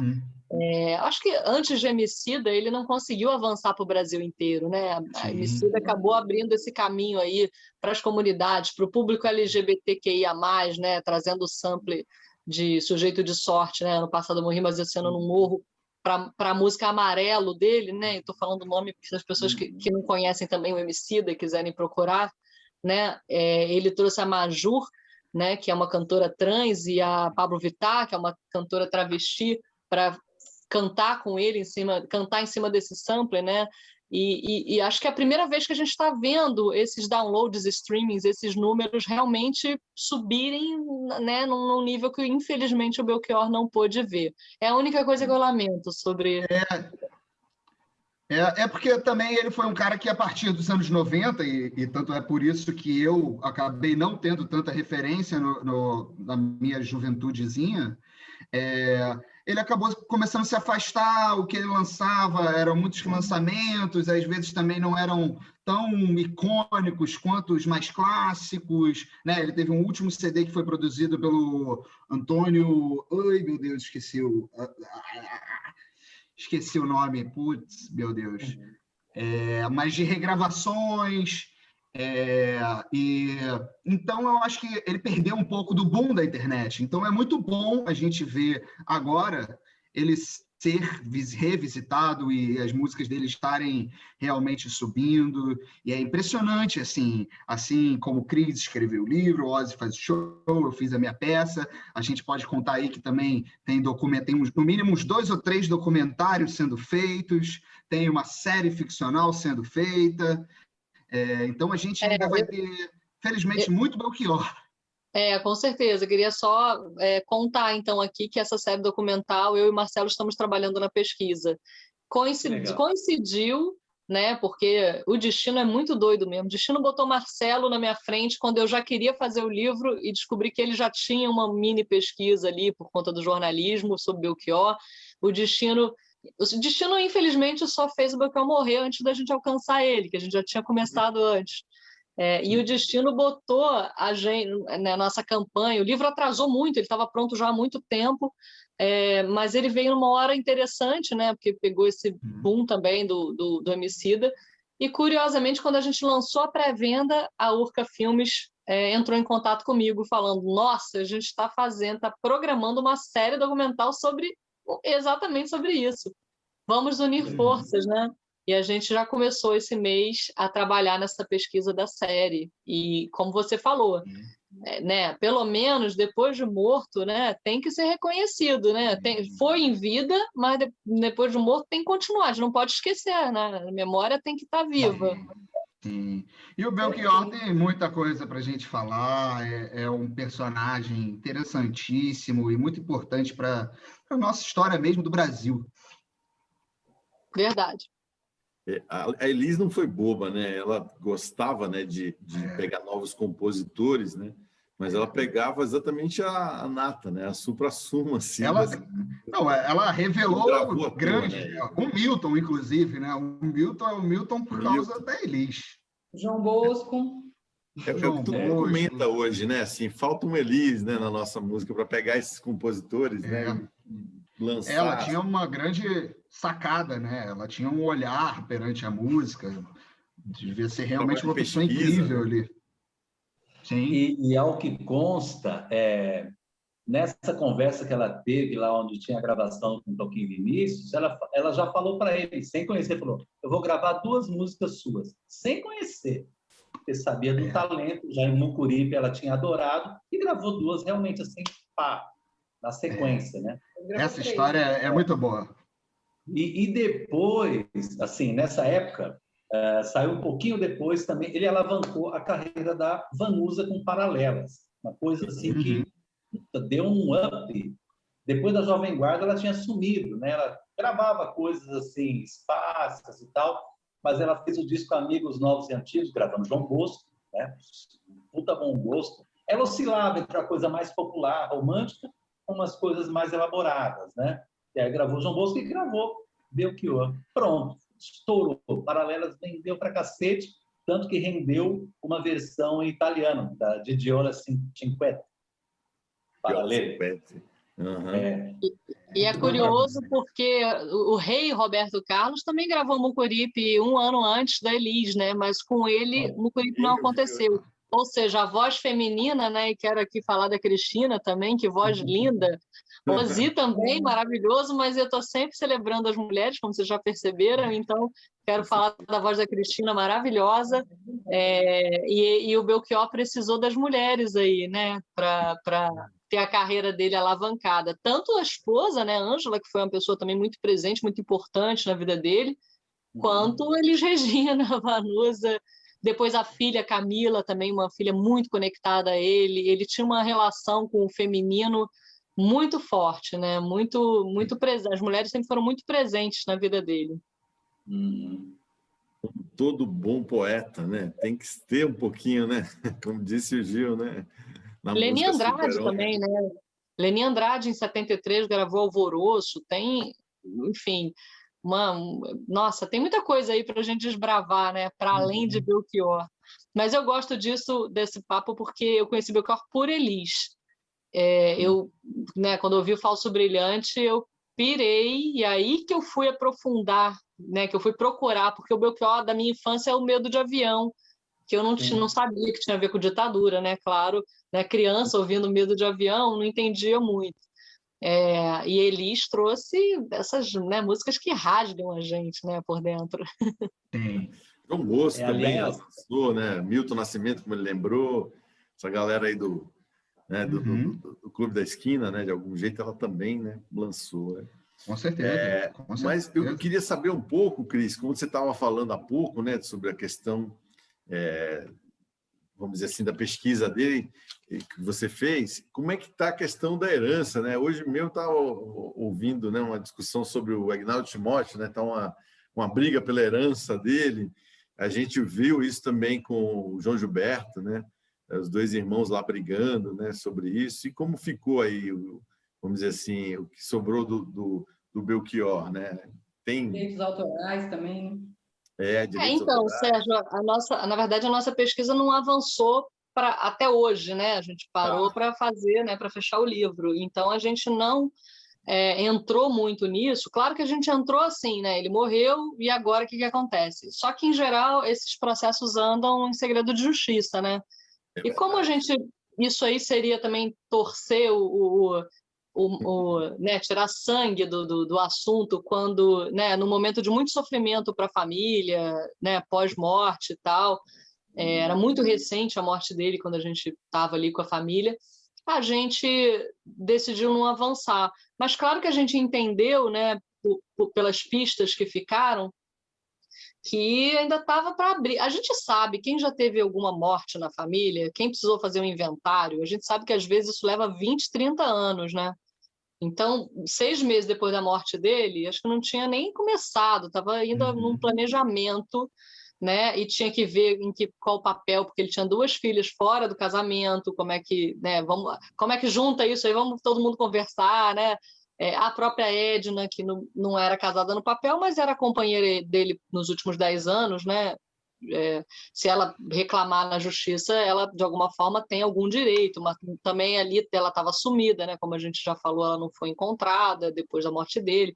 Então a gente nem entrou nesse mérito, mas eu aproveito para falar que esse realmente é um tema tão delicado. Você vê que, né, uma pergunta mesmo que surge de todos os lados. A gente, claro que eu também quero saber, quero acompanhar na medida em que eu tiver coisa, porque a gente vê muitos problemas na música brasileira, porque não só na música, né, mas vamos falar do que eu entendo aqui, eu vou falar do que eu entendo, por conta dos herdeiros, né? Por conta de gente que não... bom, música e livros, que é o meu campo também, né? A gente viu, por exemplo, Família de Paulo Leminski proibindo uma biografia que já tinha sido lançada há anos, já era sucesso. O Toninho Vaz é um grande biógrafo, tem mais de 10 livros publicados, era amigo do Paulo Leminski, inclusive, né? E de repente a família breca por questões, interesses comerciais outros, né? A gente vê aí a Legião Urbana, o Dado e o Bonfá, que estão no risco de não poder mais citar a própria banda, porque o filho do Renato Russo avançou de um jeito numa briga que, assim, por lei, né? Dá para entender que ele tem realmente o direito, porque houve ali a confusão da venda da marca, não sei o quê, mas né, o juiz ele tem a interpretação própria quando ele quer, né, mas quando não quer, né, não tem. Então é tudo muito complicado. E eu vou te falar um negócio: eu gostaria, mas eu não sei se eu tenho força, ânimo, saúde e dinheiro, porque precisaria investir numa pesquisa forte para poder avançar nessa coisa que segredo, que corre em segredo de justiça. Mas eu adoraria escrever um livro sobre isso, porque a gente que é público, né, a gente perde muito. A Legião Urbana cada vez está tocando menos, cada vez está se gravando menos, regravando, cada vez a gente fala, né? Eu estou falando isso porque eu sou autora de um livro sobre a Legião Urbana também, o Discobiografia Legionária. E para vocês terem uma ideia, eu não usei o nome Legião Urbana na capa para não correr o risco de também tomar um processo por causa da marca. Eu soube lidar, né? Eu não, né? Enfim, eu soube lidar, fiz meu livro, não tive problemas. Mas a gente vê uma série de problemas em torno disso, e a memória, né? E eu estou aqui falando pela 15ª vez da memória da música brasileira, mas esse é um dos fatores, um dos motivos que vão detonando a memória. E aí eu queria só completar dizendo que, apesar de eu não saber em que pé tá, eu amei os Filhos do Belchior quando eu encontrei. Eles são extremamente delicados, elegantes, e eles assim, não entendem do mundo da música, estão procurando entender para não fazer besteira com a obra do pai.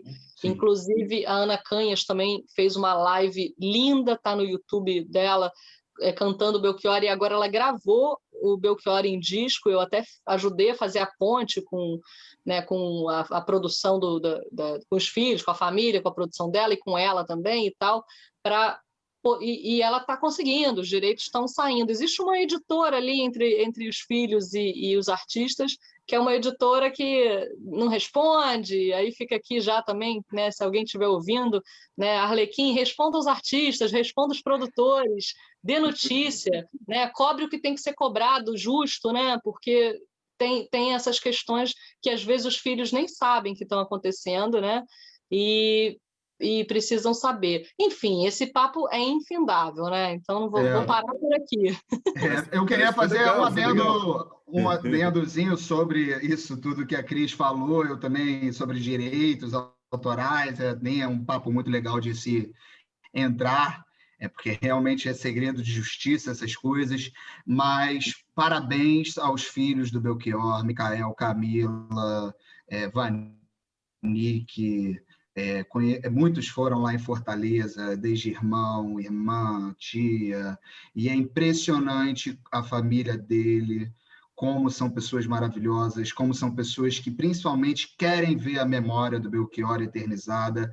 A gente vê muitas brigas por causa de artistas, e que viram brigas até mais comerciais do que se preocupando em divulgar o trabalho da pessoa. Então, assim, a gente já falou aqui como a gente esquece coisas, mas também tem muitas vezes que a gente não faz ideia que a família desses artistas também muitas vezes estão envolvidos no sumiço desses artistas, porque eles não deixam perdurar. Então, eu queria parabenizar aos filhos, filhas, pelo trabalho que eles desenvolvem com a obra do Belchior, que é linda e de extremo respeito ao pai deles, que, enfim, muito obrigado também, muito obrigado, sempre foram pessoas incríveis com a gente. Eu fui na sua peça no dia que eles foram. Eu estava lá naquele dia que eles estavam assistindo. Esse dia foi dos dias mais emocionantes da minha vida. Eu sei, eu também. Esse dia, aquele teatro daquele jeito foi difícil para mim. Me matou, assim. E foi doido que a Camila ela veio falar comigo antes da peça. E eu não sabia quem era a Camila. Eu sabia que ela ia. Inclusive, um adendo sobre essa história, eles fizeram questão de pagar para ir para a peça. Nossa! A gente ofereceu o convite e eles falaram, não, a gente já entrou aqui no site e comprou. Então, e já falaram, a gente vai dia tal, que era o penúltimo dia da peça. E aí, antes da peça, ela veio falar comigo, tem o programa? Eu falei, tem. Eu olhei mais uma vez, assim, ela passando, falei, pô, ela tem a cara do Belchior, gente. Aí, no final, fui ver quem era ela, enfim, nos apresentamos melhor, mas a Camila é uma pessoa incrível, incrível, incrível. Ela é uma mistura boa de Belchior com Ângela. O Micael é a cara do Belchior. A cara do Belchior. Que bacana.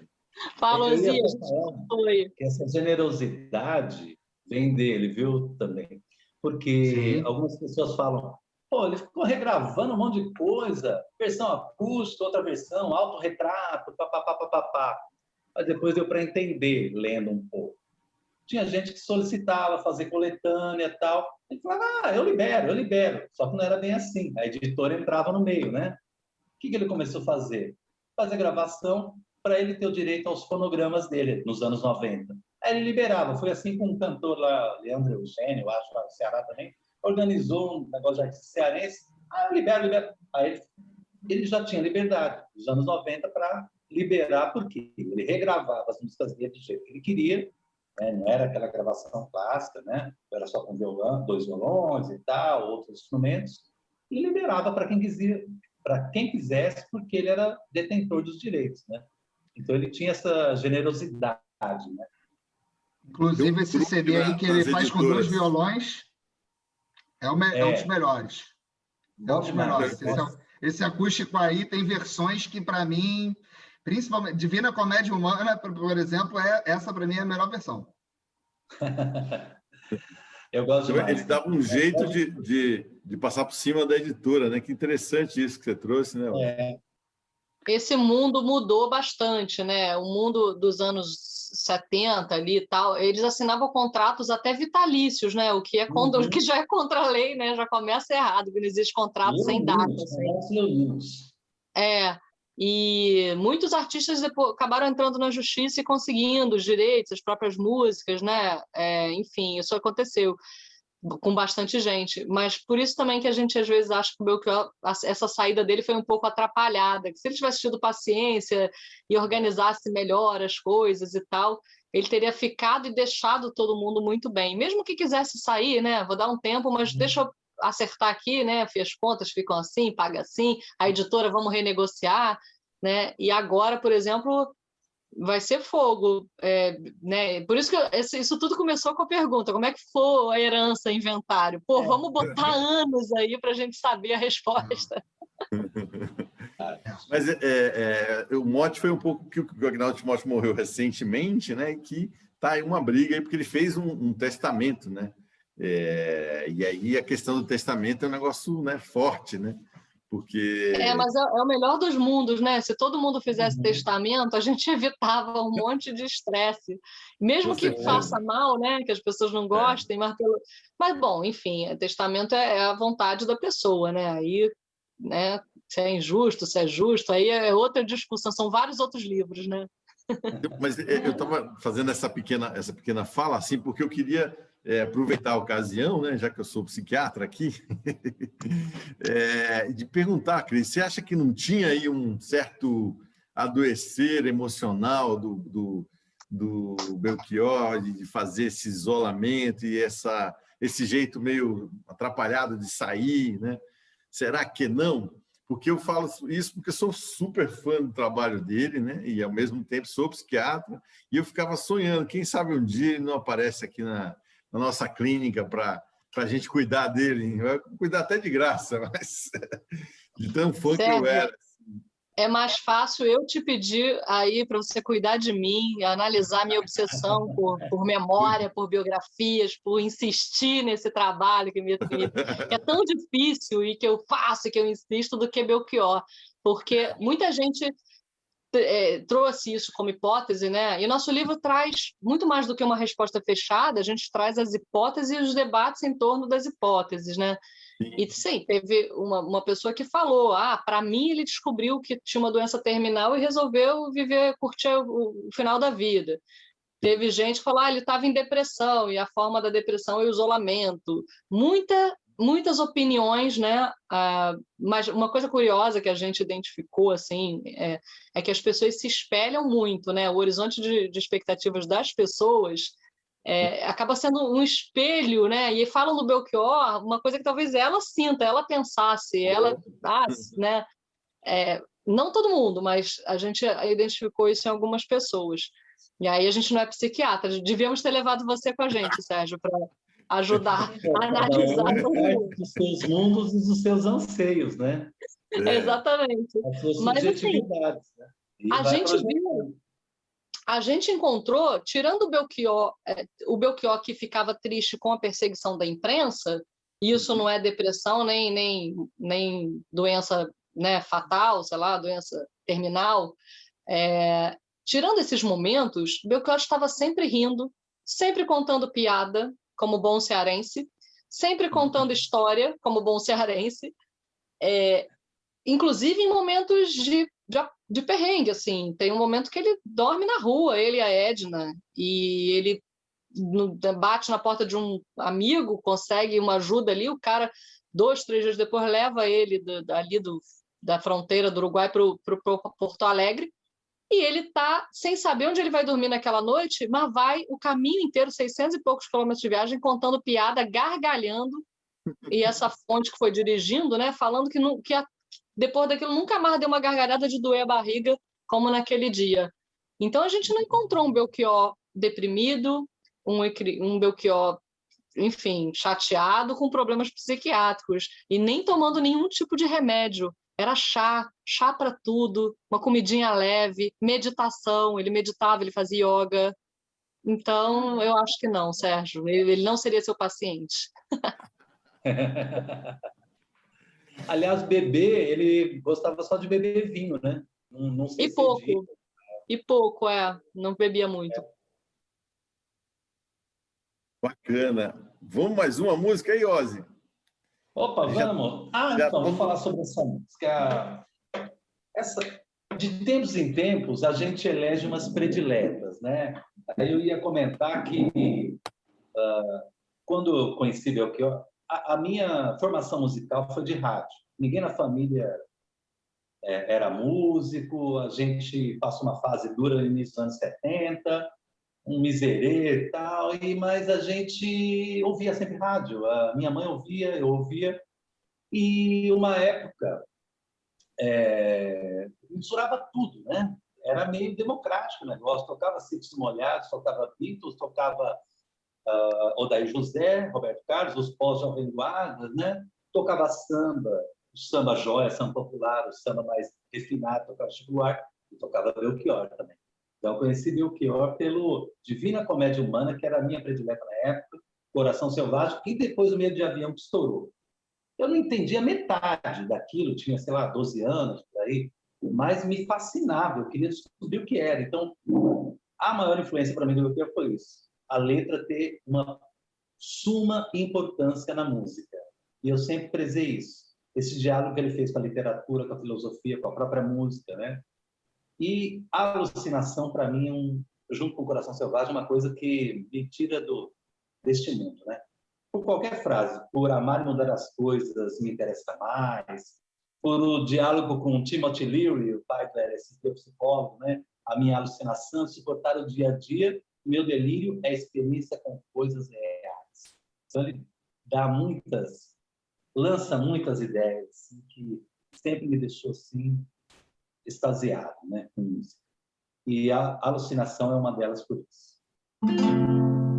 Eu não estou interessado em nenhuma teoria, em nenhuma fantasia, nem no algo mais. Nem tinta pro meu rosto, ou meu melodia, para acompanhar vocês nos sonhos matinais. Eu não estou interessado em nenhuma teoria, nem nessas coisas do Oriente, romances astrais. A minha alucinação é suportar o dia a dia, e meu delírio é experiência com coisas reais.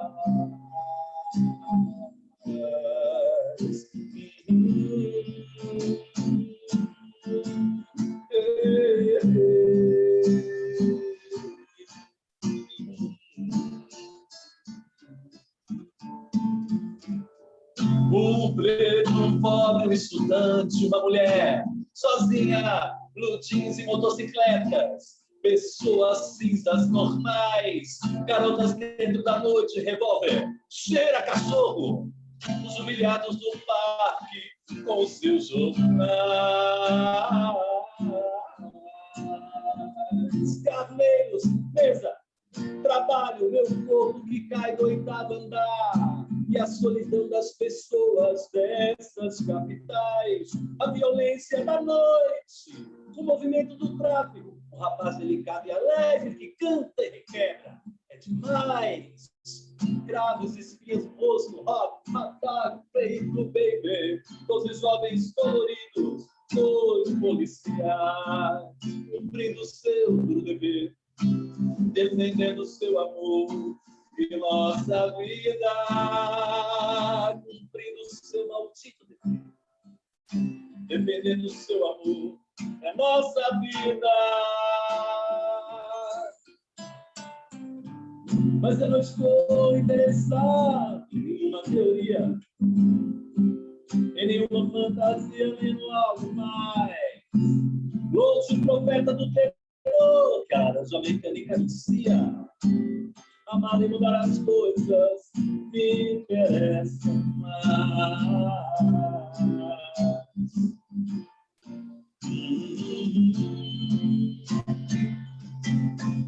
Amar e mudar as coisas, amar e mudar as coisas me interessa mais. Salve, Beto. É linda demais. Que letra, né? Ozzy vai cantar 1, 2, 3, 4, 5 e a gente vai sempre falar, essa é linda demais. Essa é linda demais. Entendi, desculpa. Você falou? Você vai cantar 1, 2, 3, 4, 5 e aí todas a gente vai virar aqui e vai falar, meu Deus, essa é linda demais. Eu tive essa dificuldade para escolher as músicas no show. Escolhi 23, fazer um show de quase 2 horas. Mas eu ficava aflito com outras que ficavam de fora. Pequeno Mapa do Tempo, quantos eu queria cantar, Fotografia 3x4, deixei de fora. Falei, gente, não dá para deixar. Mas pois é. Vamos pôr meio de avião. Esse tipo de coisa. Porque tem Fotografia 3x4 é uma questão lá na peça. Fotografia 3x4 é uma questão lá na peça também, que é uma das que caiu assim, super. Nossa. Na hora de ensaiar, começar a ensaiar, eu falei, tem que ser outra. Tem que ser outra, meu Deus. Quero ver essa peça quando voltar, viu? E olha, e essa música, Fotografia 3x4, ele também dialoga mais uma vez com Caetano, né? Que é uma referência forte para ele. Algumas pessoas diziam, ele veio para contrapor Caetano, para renegar a Tropicália, não era nada disso, né? Ele veio para dar uma outra linguagem. Ele falava, olha, não pode ser a mesma coisa e tal. Você falou que quem veio do norte, pô, vai ver quem mora na rua, papapá. Ele contrapunha Alegria, Alegria, o Divino Maravilhoso. Era uma outra leitura e bem alimentada. E pelo que eu li também, assim, tinha um carinho entre ambos. Ele fala do Caetano bastante. Dele, Caetano, um show, e ele adorou. Uma coisa assim, de muito respeito, né? É uma referência para você fazer em cima, né? Ele tem algumas citações ao Caetano nas músicas dele, né? E muita gente até questiona, tipo, pô, será que ele tinha alguma briga? Porque parece que ele meio que dá uma provocada no Caetano em algumas músicas, inclusive nessa, né? E não, ele só queria fazer um complemento ali ao que o Caetano estava falando na época. E certamente amava as músicas do Caetano, certamente. Que é outro grande poeta, né? A gente não tem o que falar também do Caetano. Uhum. Eu quero acrescentar o seguinte, eu estava fazendo uma analogia aí, falando, não, era um contraponto, porque o contraponto na música, ele não é contra a melodia. Na verdade, ele é contra, mas ele acrescenta, ele dá roupagem, né? O contraponto lá... Ou seja, é uma coisa que complementa e não que confronta, que bate de frente, né? Ela acrescenta. E eu vejo assim, o Belchior como um contraponto à Tropicália. Veio meio como uma negação. Na dialética, assim, você veio para negar e tal, né? Falar, olha, a coisa mudou. E ele tinha essa questão, né, de, olha, a música não pode ser só isso, né? Só esses autores. Tem outras linguagens, outros anseios, outras poesias, né, para serem ditas, né? Eu tenho outra mensagem, eu tenho meu grito para dar, né? E foi assim. Só que para mim funciona como um contraponto, não como contraste. Por exemplo, o Fagner brigava no Caetano, o Belchior era muito mais fino e culto, né? Assim, tinha muito mais referência do que o Fagner, pelo que eu vi até hoje, né? Então, ele era um contraponto. Era isso que eu queria explicar. Briga mesmo só com Fagner, né? Oi? Briga mesmo só com Fagner mesmo. É, verdade. Que coisa, né? Dois grandes compositores parceiros, mas viviam em pé de guerra. Que loucura. Saíram no tapa e ficaram muitos anos, né, sem se falar, mas parece que quando ele estava lá no Sul, ele foi ver um show do Fagner e se reencontrou e fez meio as pazes, assim, né? Bom, ele no sumiço teve um momento que o Fagner falou que não queria saber dele, não sei o quê. Acho que continuaram tendo, era um vai e volta do caramba, né? Nossa Senhora, ali era uma relação difícil. Mas o Fagner é uma pessoa de personalidade muito forte. Eu gosto muito dele como compositor, cantor, né? Um grande artista também. Mas ele gosta de botar a posição dele. O nosso grande produtor lá da peça, João Luiz, ele produziu uns shows do Fagner recentemente, quer dizer, recentemente, né? Não, né? Antes da pandemia. E aí, quando a gente estava estreando a peça, o João mandou uma mensagem para o Fagner para falar, pô, vem assistir a peça do Belchior. E a resposta do Fagner foi, você não leu o livro?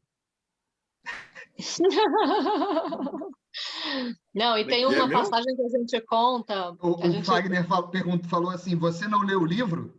Porque o livro conta brigas homéricas, deles caírem assim na faca, literalmente o livro dele, né? na faca. O do JB, né? O livro do...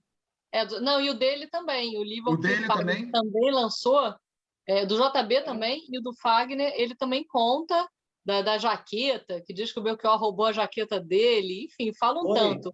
A briga foi na jaqueta, deles saírem na porrada. E vocês sabem que isso teve repercussão lá para o Belchior. A gente conta no nosso livro, né, Viver é Melhor que Sonhar, Os Últimos Caminhos de Belchior, para lembrar o nome aqui, né, do livro, que a gente está, o livro. Quando o Belchior morreu e que teve uma homenagem para ele lá em Sobral, muito capitaneada pelo Léo Maclene e outros artistas, né, lá da terra de Belchior, a Edna exigiu que o Mucuripe não fosse incluída no repertório da homenagem final, lá do velório, que ia ser feita no velório, porque Belchior disse ela que Belchior estava magoado com Fagner, porque ele deu uma entrevista, tinha dado uma entrevista recentemente dizendo: eu não sei onde está o Belchior e, aliás, nem quero saber. E aí ela pediu para tirar o Mucuripe. Só que na hora do show a coisa fugiu do controle. E aí uma das atrações era um coral lá de Sobral. Talvez, enfim, esse não tenha chegado nesse maestro, né, do coral, e aí a música acabou sendo cantada lá. O Fagner já disse até em entrevista que Mucuripe é a melhor e pior música dele. Melhor e pior, é verdade. Gente, está maravilhoso esse programa de hoje, né? Esse tema aí, Belchior, a gente podia ficar assim, sei lá, 10 horas falando, né? Pelo visto, tem muitas histórias, muitas coisas bacanas, mas infelizmente, com tudo que é bom, acaba. Nosso programa Sarau da Brasil Atual está chegando para o seu final, né? E eu queria propor para os nossos participantes aqui do nosso programa a gente ir fazendo uma despedida, né? Citando, né, meu Deus, não acredito, de novo caiu. Caiu não, estamos aqui. Estamos aí. Opa. Desculpa. Estamos aí. Mas parecia que a gente não estava mais. Desculpa. Estamos todos aqui. Para mim tá tudo ok aqui. Esse mundo virtual, né, gente? Antigamente a gente se encontrava e fazia o sarau ao vivo. Agora a gente fica brigando. Era mais fácil. Era mais fácil, né? Não corria esse risco.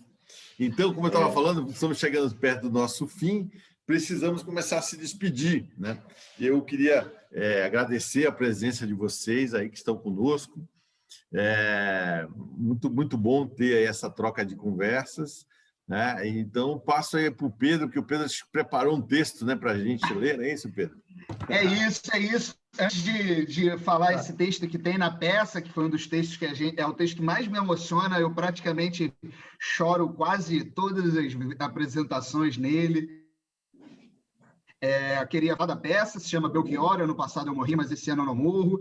Nós temos um Instagram chamado @BelchiorMusical. Infelizmente não estamos podendo nos apresentar, mas assim que puder, iremos. É uma peça que ela é super simples, compacta, então ela certamente na primeira possibilidade aí de abertura pós-pandemia estaremos no palco e inclusive acompanhe nas nossas redes, porque queremos esse ano passado não conseguimos fazer, mas esse ano estamos buscando patrocínio para fazer uma apresentação online. Então, fiquem ligados no nosso Instagram, no nosso Facebook, que também tem esse nome, Belchior Musical, e também queria mandar um beijo para todos os parceiros da peça, principalmente meu elenco querido, composto pelo Pablo Paleólogo, que interpreta o Belchior, e o Bruno Suzano, que interpreta o Cidadão Comum. Queria mandar também um big abraço para o produtor João Luiz Azevedo, que é um guerreiro da arte, faz teatro independente há 50 anos, que é a idade dele, e é impressionante como ele não para e não desiste, e também para o meu diretor musical maravilhoso, Pedro Nego, que sem ele, certamente, essa peça, esse musical não seria o que é. E aí queria falar um texto da peça, que é o seguinte, que fala sobre a importância da arte. Mais ou menos assim. O que me move continua sendo a arte e o desejo de mudar o mundo. Na verdade, como tantos poetas e tantas outras pessoas do Nordeste, eu gostaria de ser santo para fazer milagre para o povo. Mas o projeto de um artista não pode mudar a situação das pessoas. Pode até oferecer condições para que ela mude. Canções que entrem nos nossos ouvidos, palavras que entrem pelos nossos olhos. Atualmente, como eu costumo dizer, as pessoas precisam ir para além dos shopping centers. Acho extremamente limitada a visão de felicidade como a posse de alguns objetos e badulaques. É preciso sonhar além. A minha geração toda ficou preocupada com a questão do sonho, mudar as coisas, mudar o mundo. Eu sempre pensei em fazer música sobre o desconcerto do mundo. E no meio disso, uma expressão legítima do cidadão comum de não poder estar conformado com o mundo que vê. A palavra sonho, para mim, é muito significativa. Ela diz respeito à utopia que pode ser alcançada. é aquilo que você pretende como acréscimo à sua humanidade. O sonho é uma esperança.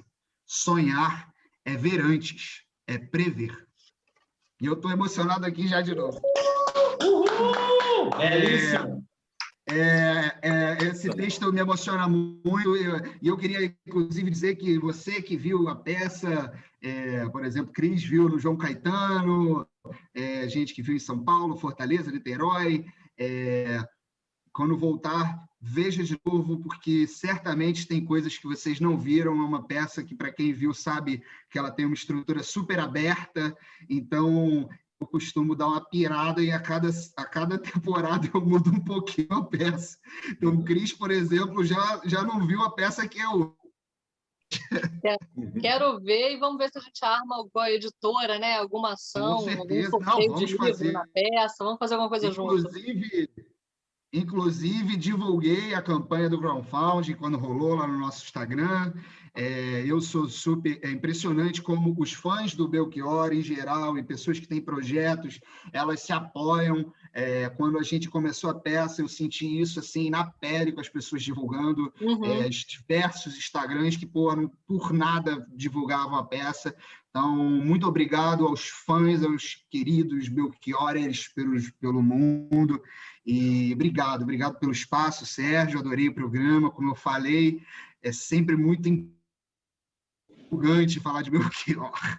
Eu queria emendar, então, nessa despedida, porque eu concordo totalmente com o que o Pedro falou, os fãs de Belchior são muito unidos, trocam muito, eu estou adorando a troca que eu estou tendo, estou conhecendo muita gente.